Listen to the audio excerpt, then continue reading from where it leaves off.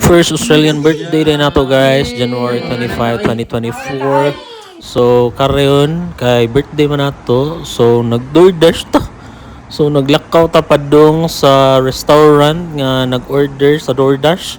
So ato i-pick upon tapos ato i-deliver silang balay. So nara naglakaw ta.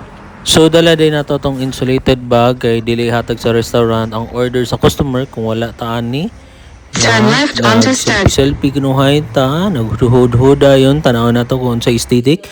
So pag uli na to, naghanda di si Mrs. og gamay nga pagkaon ay chicken, barbecue, sinugba nga corn. So kaon-kaon ta ginagmay. So of course di mawa atong favorite soft drinks guys.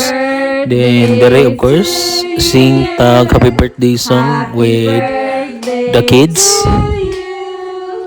Happy birthday, happy birthday. Come here.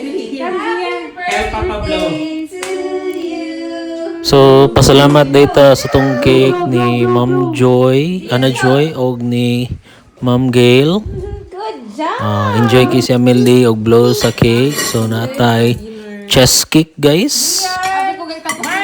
Barbecue. So, gamay ra tong hikay sa tong birthday, first birthday rin sa Australia.